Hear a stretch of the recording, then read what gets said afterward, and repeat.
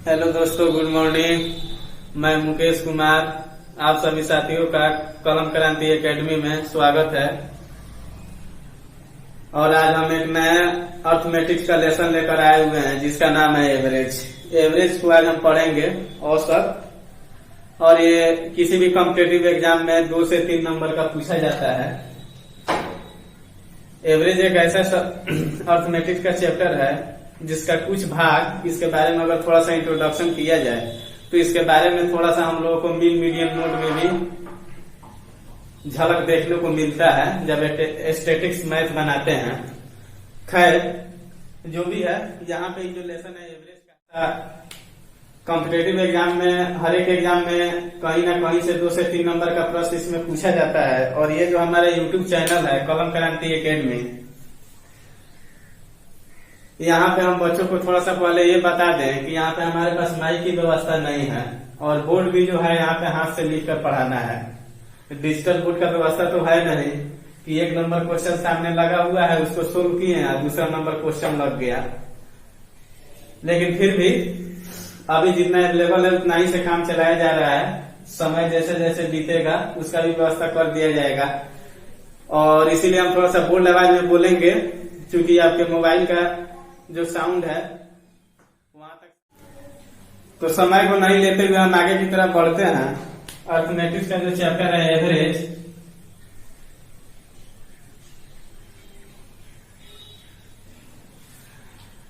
Average सबसे पहले हम देख ले कि एवरेज है क्या। इसे हिंदी में बोलते हैं औसत। तो सबसे पहले थोड़ा सा इसके बारे में हम डिस्कस कर लें कि औसत क्या कहलाता है। कोई भी नंबर हो, चाहे वह सम नंबर हो, विषम नंबर हो, कोई भी नंबर हो, इवन नंबर, ऑड नंबर, कोई भी संख्या दिया गया है और उस संख्या का एक संख्या में जवाब देना औसत कहलाता है।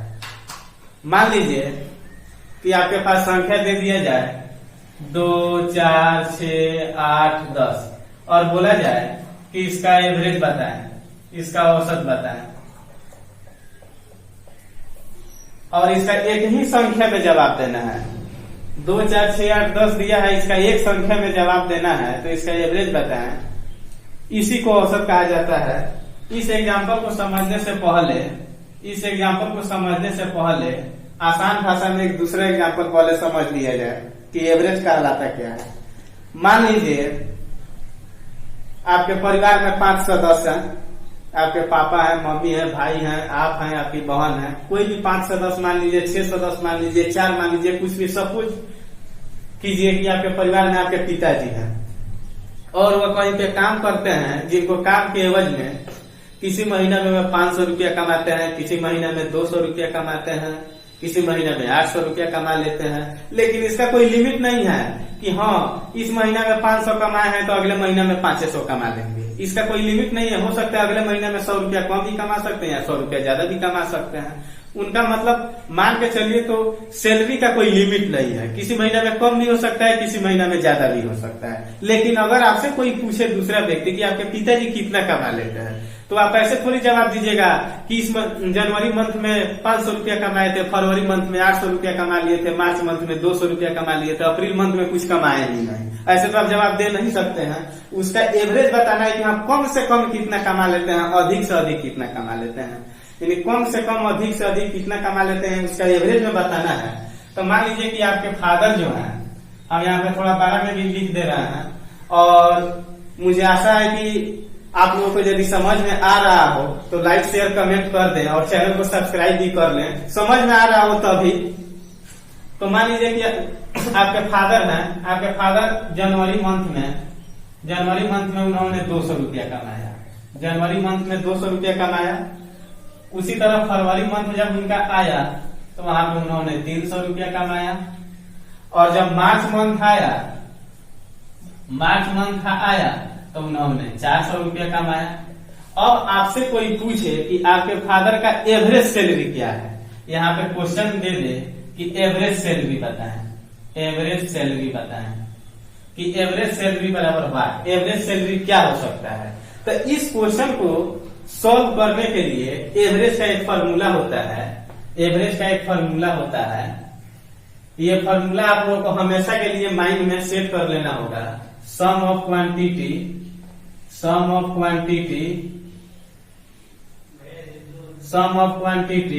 बटा number of quantity, sum of quantity बटा नंबर ऑफ क्वांटिटी। ये जो फॉर्मूला है एवरेज का, ये सभी जगह साबित होगा, हर एक क्वेश्चन में इसका यूज होगा।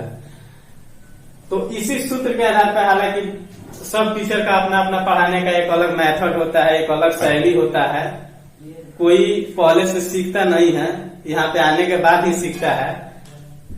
तो सब किसी का अपना अपना ढंग है, लेकिन मुझे जहां तक जानकारी है, हम तो ऐसा नहीं है कि बहुत बड़े विद्वान हैं, हमारे जैसा कोई टीचर हो ही नहीं सकता है, इस तरह का मुझे घमंड नहीं है। लेकिन इतना विश्वास है कि मेरा भी जो कॉन्सेप्ट है, अगर इस कॉन्सेप्ट से पढ़ाया जाए तो कोई भी बच्चा, जो बच्चा कमजोर से कमजोर भी हो, तो वो समझ सकता है।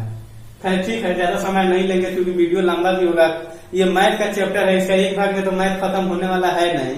आपको वीडियो में पार्ट 1, पार्ट 2, पार्ट 3 करके ऐसे दिया जाएगा, आप लोग वहां से देख सकते हैं। तो वीडियो को ज्यादा लंबा नहीं बनाते हुए हम क्वेश्चन की तरफ ध्यान देंगे। तो चलिए इस सूत्र पे हम ये जो एग्जाम्पल है इसको सोल्व करेंगे। तो इसमें दिया है सम ऑफ क्वांटिटी बटा number of quantity. Sum of quantity का मतलब होगा परिणामों का योग, यानी जो भी आपके फादर जिस महीना में जितना भी कमाए हुए हैं उसको जोड़ देंगे। बाटा है तो बाटा दे देंगे।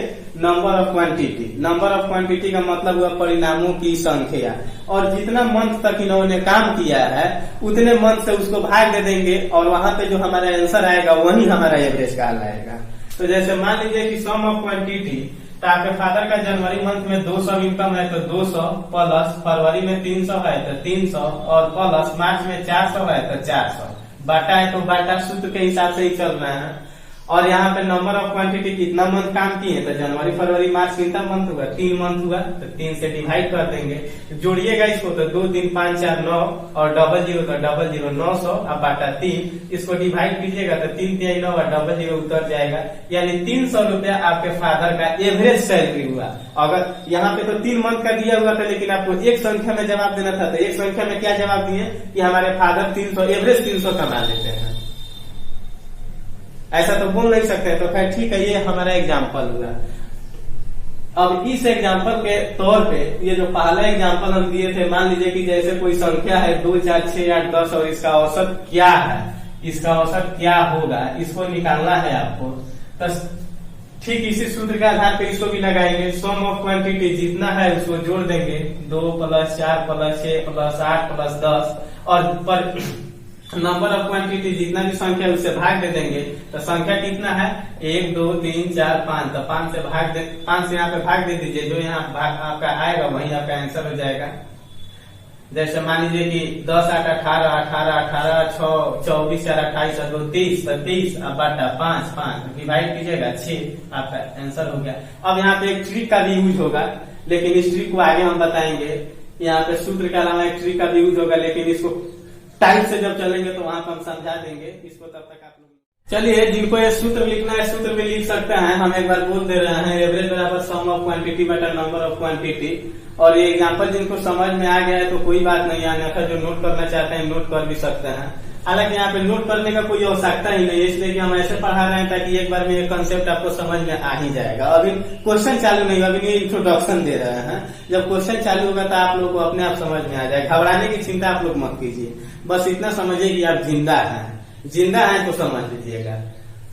चलिए ठीक है, इसको मिटाते हैं। और अब यहाँ पे हम लोग देखेंगे कि कभी कभी ऐसे होता है कि एवरेज में 3-4 टाइप से प्रश्न पूछा जाता है। जैसे मान लीजिए कि कोई पूछ देता है कि सम संख्या का औसत, विषम संख्या का औसत, प्राकृत संख्या का औसत। तो ये जो टाइप है इसको टाइप बाय टाइप पढ़ेंगे। तो आज का जो हमारा क्लास है, इस क्लास में फर्स्ट टाइप मेरा होगा क्रमागत संख्या। फर्स्ट टाइप मेरा होगा क्रमागत संख्या पर आधारित प्रश्न को हम लोग देखेंगे। क्रमागत संख्या, इसको इंग्लिश में बोलते हैं कॉन्सेक्यूटिव नंबर। कॉन्सेक्यूटिव नंबर क्रमागत संख्या को इंग्लिश में बोलते हैं कॉन्सेक्यूटिव नंबर। अब यहाँ पे जानेंगे, सबसे तो पहले हम लोग को ये समझना होगा कि व्हाट इज कॉन्सेक्यूटिव नंबर, यानी क्रमागत संख्या क्या है, इसका पहचानने का नियम क्या है, कैसे जानेंगे कि हाँ ये क्रमागत संख्या है। तो क्रमागत थोड़ा सा वर्ड जो है देखने में थोड़ा सा टेढ़ा लग रहा है। क्रमागत संख्या का मतलब हुआ कि ऐसी कोई भी संख्या लगातार दिया हो या जिसके बीच का अंतर समान हो, लगातार संख्या हो या उसके बीच का अंतर यदि समान है, बीच का डिफरेंस समान है, तो उसे हम क्रमागत संख्या कॉन्सेक्यूटिव नंबर बोलते हैं। जैसे सपोज कीजिए 1 2 3 4 5 डॉट डॉट डॉट डॉट कुछ भी हो सकता है, या 2 4 6 8 10 डॉट डॉट डॉट डॉट कुछ भी हो सकता है, या 1 3 5 7 9 डॉट डॉट डॉट डॉट कुछ भी हो सकता है। यहाँ पे ये जो 3 संख्या हम लिखे हैं, यहाँ पे 1 2 3, यहाँ पे 1 2 3 का जा रहा है, यहाँ पे 2 4 6 8 10 जा रहा है, यहाँ पे 1 3 5 7 9 जा रहा है। अब यहाँ पे बहुत सारे बच्चे को ये भी लग रहा होगा कि सर यहाँ पे सम संख्या में लिखे हुए हैं, यहाँ पे विषम संख्या में लिखे हुए हैं, लेकिन देखिए जब इसके बीच का अंतर, हम आपसे बोले हैं कि क्रमागत संख्या का पहचानने का नियम है कि बीच का अंतर समान है। जैसे देखिए 1 से 2 के बीच में कितना का डिफरेंस है 1, 2 से 3 के बीच में कितना का डिफरेंस है 1, उसी तरह 2 से 4 के बीच में कितना का डिफरेंस है 2, 4 से 6 के बीच में कितना का डिफरेंस है 2, सब में अंतर समान जा रहा है। यहाँ पर भी 2 का अंतर है, यहाँ पर भी। विषम संख्या का भी ये जो लिखा है इसमें भी देखिएगा 1 से 3 के बीच में 2 का अंतर, 3 से 5 के बीच में 2 का अंतर, 5 से 7 के बीच में भी 2 का अंतर, 7 से 9 के बीच में भी 2 का। यहाँ तक तो आप समझ गए कि क्रमागत संख्या उस संख्या को कहते हैं या तो लगातार दिया हो या तो उसके बीच का अंतर समान हो। अगर इसको लिखना चाहते हैं तो लिख सकते हैं, जो बच्चे मोबाइल से देख रहे हैं वो अपना स्क्रीनशॉट भी ले सकते हैं। और आप लोगों को समझ में मुझे उम्मीद है कि आता ही होगा, लेकिन जिन बच्चों को समझ में नहीं आता होगा वो कृपया कमेंट में बोले कि हाँ हमको यहाँ पे समझ नहीं आया। फिर से इसको एक बार रिपीट कर देते हैं। क्रमागत संख्या उस संख्या को कहते हैं कि जिसके बीच का अंतर समान हो, 2 संख्याओं के बीच का अंतर समान हो। चलिए तो ठीक है, इसको मिटाते हैं और इस पे आधारित प्रश्न जो है इसको हम लोग देखते हैं। इस पे आधारित प्रश्न को हम देखते हैं। जैसे मान के चलिए कि 1 नंबर क्वेश्चन में 2 4 6 8 और 10, मान लीजिए कि बोला जाए इसका औसत क्या होगा, इसका एवरेज क्या होगा।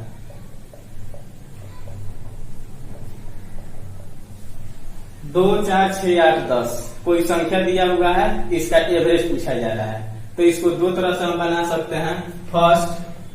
फर्स्ट मेथड ये हो सकता है कि यहाँ पे जो एवरेज का सूत्र लिखा है इससे बनाते हैं सम ऑफ क्वांटिटी का मतलब परिणामों का योग, सभी को जोड़ देंगे 2 + 4 + 6 + 8 और +10।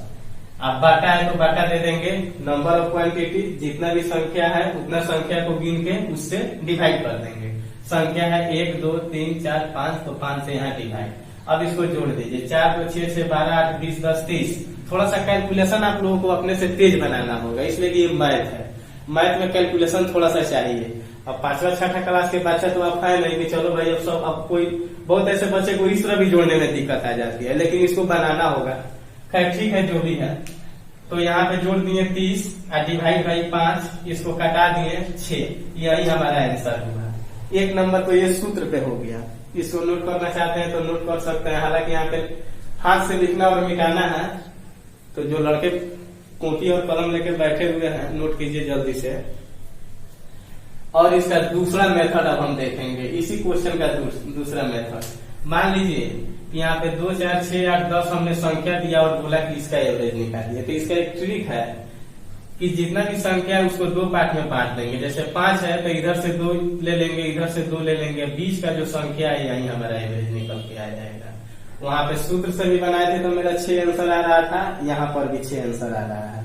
अब रही बात, यहाँ पे एक प्रॉब्लम आपके दिमाग में होगा कि क्या ठीक है यहाँ पे 5 संख्या दिए हुए थे, यहाँ पे 6 भी तो हो सकता था, 7 भी तो हो सकता था, 8 भी तो हो सकता था, ऐसे भी हो सकता है। तो उसका चिंता करने का आप लोगों का कोई बात नहीं है, वो भी क्वेश्चन आपके सामने आ रहा है।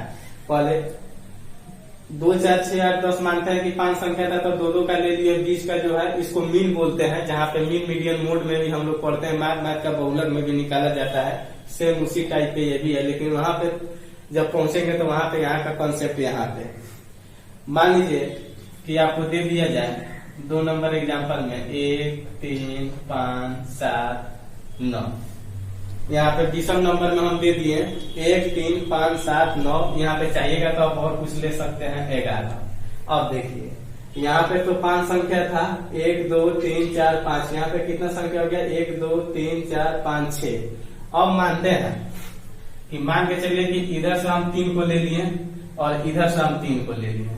बीच में तो कोई संख्या बच नहीं रहा है, बीच में कोई संख्या बच रहा है नहीं बच रहा है। तो यहाँ पे तो था कि दोनों साइड से ले लिए तो बीच वाला हम आंसर बता दिए, लेकिन यहाँ पे तो बीच में कुछ बच नहीं रहा है। लेकिन हम शुरू में आपको क्या बोले हुए थे कि क्रमागत संख्या उस संख्या को बोलते हैं कि जिसके बीच का अंतर समान हो। तो यहाँ पे देखिए 5 और 7, 5 और 7 है। 5 और 7 के बीच में कौन सा संख्या आ रहा है? 5 और 7 के बीच में कौन सा संख्या आ रहा है? अरे भाई 6 आ रहा है। 5 के बाद 6 आएगा तभी ना 7 होगा। तो दोनों के बीच में कौन सा संख्या आ रहा है? 6। इसीलिए यहाँ पे 6 इसका क्या हो जाएगा? एवरेज हो जाएगा। अब इसको जांचने का उपाय है कि इस पे चलिएगा तो यहाँ पे थोड़ा टाइम का बचत कम है, यहाँ पे बनाइएगा तो थोड़ा सा टाइम ज्यादा लगेगा। ऐसे भी इसको अगर इस पे बनाते हैं सूत्र के आधार पे तो सभी को जोड़ देंगे। 11 9 20 27 5 32 3 35 36। तो यहाँ पे जोड़ देंगे तो 36 हो जाएगा। अब बाटा की संख्या कितना है? 6। तो 6 से यहाँ पे भाग दे देंगे, 6 1 36। देखिए यहाँ पर भी 6 आ रहा है, यहाँ पर भी 6 आ रहा है। ये थोड़ा सा टाइम आपको कम लेगा, लेकिन कब क्रमागत संख्या हो तब। ऐसा नहीं कि क्रमागत संख्या का रूल आप ले जाके किसी अदर रूल पे काम कीजिए तो नहीं काम करेगा। खैर ठीक है, इसको नोट कीजिए। इस पर और सारा एग्जाम्पल आपको मिलेगा, ऐसा बात नहीं है कि एक ही एग्जाम्पल से होने वाला है। जैसे अगला एक और एग्जाम्पल है, हम आपको समझा देते हैं। मान के चलिए आपको दे दिया 1 2 3 4 5 6। बोला कि इसका औसत बताएं, इसका औसत बताएं। हम सबसे पहले क्या बोले हुए थे कि सूत्र का भी यूज कर सकते हैं, नहीं तो दोनों तरफ से चलेंगे, बीच का संख्या उसका एवरेज हो जाएगा। तो चलिए यहाँ पे 1 2 3 4 5 है, इधर से 3 ले लिए, इधर से 3 ले लिए। बीच में कोई संख्या है नहीं, बीच में कोई संख्या नहीं है। तो 3 और 4 के बीच में कितना का अंतर है? बताए थे कि क्रमागत संख्या में बीच का अंतर समान होता है। तो 3 और 4 के बीच में कितना अंतर आ रहा है? 1। तो 1 का अंतर आ रहा है तो इसको क्या करेंगे? 2 से डिवाइड करेंगे तो यहाँ पे क्या हो जाएगा? 3.5 आपका एवरेज हो जाएगा। आप कहिएगा कि 3.5 आएगा कैसे? इसको जांचने के लिए इस रूल पे आप इसको फॉलो कीजिए, आपका आंसर आएगा 1 + 2 + 3 + 4 + 5 + 6। इसको जोड़ दीजिए। 6 5 11 4 15 3 18 2 20 से 21। आप बाटा कितना संख्या है? 6। तो यहाँ से 6 से आप डिवाइड कीजिए। 6 3 का 18, ऊपर से उतरेगा 21 में से 18 गया 3, 21 में से 18 गया 3 और 3 पे दशमलव तो 0 और 6 बचे 30। देखिए यहाँ पर भी आपका वही आंसर आ रहा है, यहाँ पर भी आपका वही आंसर आ रहा है। अब तो आपको एग्जाम्पल समझ में आ गया होगा। और इसी पे चलिए तब हम 2-3 एग्जाम्पल देते हैं और उसका आंसर आप लोग जल्दी से दीजिए। 2-3 एग्जाम्पल दे रहे हैं जिसका आंसर आप लोगों को जल्दी से देना होगा। जैसे मान लीजिए कि 5 क्रमागत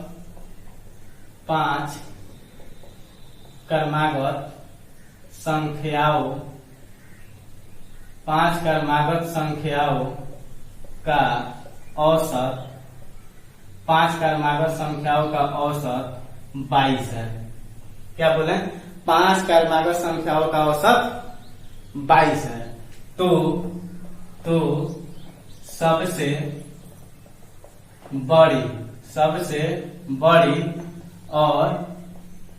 सबसे बड़ी और सबसे छोटी संख्या बताएं। ये एक ऐसा क्वेश्चन है कि इसमें बहुत सारे टाइप से क्वेश्चन बनाया जा सकता है।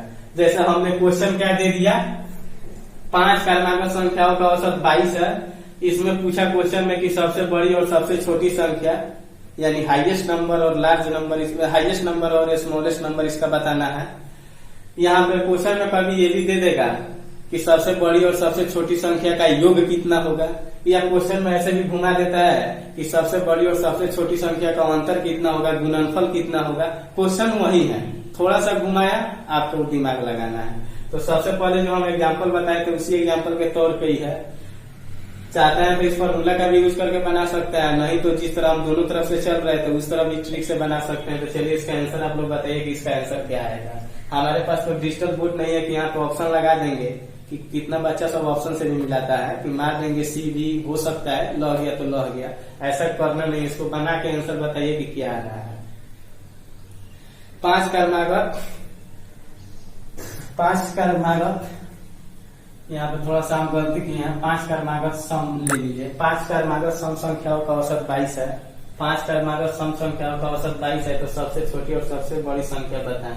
चलिए मान लीजिए कि हमने शुरू में बोला था कि यहाँ पे 5 कर्मागत बोल रहा है, तो यहाँ पे 5 लाइन को ले लेंगे। 5 लाइन को ले लिए। हम क्या बोले थे, इधर से बाई हाफ चलेंगे, इधर से बाई हाफ चलेंगे, तो इधर से 2 लाइन ये हो गया, 2 लाइन ये हो गया, 20 का लाइन हो गया। इसी 5 कर्मागत संख्या का औसत कितना दिया, 22। इसको बहुत लोग x+2, x+4, x+6, x+8 पे भी बना सकता है। बहुत ऐसे बच्चे को समझ में आ रहा हो कि जानते हैं कि कोई सर को आ ही नहीं रहा हो, ऐसा कोई बात नहीं है, हम भी जानते हैं वो मेथड। या a+2, a+4, a+6, a+8, 5 कर्मागत संख्या आप कुछ भी मान सकते हैं, लेकिन ये जो है ये आपको समय बचाएगा, इसीलिए। अब यहाँ पे 5 कर्मागत सम संख्याओं का औसत है 22। हमने क्या बोला था कि कर्मागत संख्या में अंतर समान होता है, तो सम संख्या 22 है, तो यहाँ पे क्या आ सकता है 24, यहाँ पे क्या आ सकता है 26। इधर घटेंगे तो 22 से पहले क्या हो सकता है 20, 20 से पहले क्या हो सकता है 18। ये तो हमारा निकल गया एवरेज। ये क्या निकल गया, एवरेज, औसत निकाले। अब इसमें पूछ रहा है कि सबसे बड़ी संख्या हाईएस्ट नंबर और सबसे छोटी संख्या स्मॉलेस्ट नंबर क्या होगा, तो इसमें सबसे बड़ी संख्या क्या हो गया, सबसे बड़ी संख्या क्या हो गया 26। सबसे बड़ी संख्या क्या हो गया 26, और सबसे छोटी संख्या क्या हो गया 18। सबसे छोटी संख्या क्या हो गया 18। अब इसी में पूछ दे कि बड़ी और छोटी संख्या का अंतर कितना है, तो यहाँ पे क्या करेंगे, दोनों में से घटा देंगे। चलिए इसको नोट कीजिए।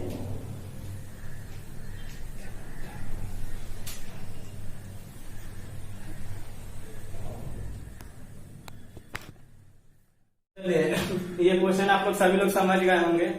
अगर कोई नहीं समझेंगे तो एक बार हम और रिपीट इसको कर दे रहे हैं। देखिए होता क्या है, यहाँ पे थोड़ा सा अपना कॉमन सेंस भी आप लोग लगा के रखिए, क्योंकि ये क्लास है, ये कोई यहाँ पे रोमांटिक बात है, रोमांस नहीं हो रहा। मैथ जो है, मैथ थोड़ा पढ़ने के लिए अपने दिमाग पे प्रेशर भी दिया जाता है। ये एक ऐसा सब्जेक्ट है कि इसमें जितना ही माइंड पे प्रेशर दीजिएगा उतना ही आपको ज्यादा समझ में आएगा। इसको एक बार और रिपीट कर देते हैं कि 5 कर्मागत सम संख्याओं का औसत कितना दिया था 22, और इसमें सबसे बड़ी और सबसे छोटी संख्या हमको बताना था। या तो आप x+2 मान के भी बना सकते हैं, लेकिन वहां पे समय थोड़ा ज्यादा, x+2 मानेगा तो फिर x को एक साइड कीजिएगा, उसके बाद में तब उस सबको जोड़िएगा, डिवाइड कीजिएगा, वहां पे जो आएगा x का मान पुट कीजिएगा, तब जाके आपका आंसर आएगा। यहाँ पे जितना भी दिया गया है संख्या, सभी संख्या में जितना भी कर्मागत संख्या के बारे में पूछ रहे हैं उतना लाइन को खींचिए, और उतना लाइन को खींचने के बाद में इसके आगे जो संख्या उस संख्या को बैक पुट कीजिए, उसके पीछे वाले संख्या को पुट कीजिए, आपका आंसर आ जाएगा। और आगे वाले क्वेश्चन को देखते हैं। इसी के आधार पे मान के चलिए कि वहां पे सम संख्या के बारे में मान लीजिए कि हम 5 कर्मागत सम संख्या का औसत 22 रखे थे, 20 भी रख सकते हैं, आंसर वही आएगा। अब इसके आगे वाला क्वेश्चन है 5 कर्मागत विषम संख्या, 5 कर्मागत विषम संख्या का योग, 5 कर्मागत विषम संख्या, इधर ध्यान दीजिए, 5 कर्मागत विषम संख्या का औसत, 5 कर्मागत विषम संख्या का औसत 15 है। तो सबसे बड़ी और छोटी संख्या बताएं, बड़ी संख्या एवं छोटी संख्या बताएं, छोटी संख्या बताएं। चलिए इसको आप लोग बना के जल्दी से आंसर बताइए, किसको किसको समझ में आया है कि नहीं आया है, जल्दी से इसका आंसर आप लोग बताइए।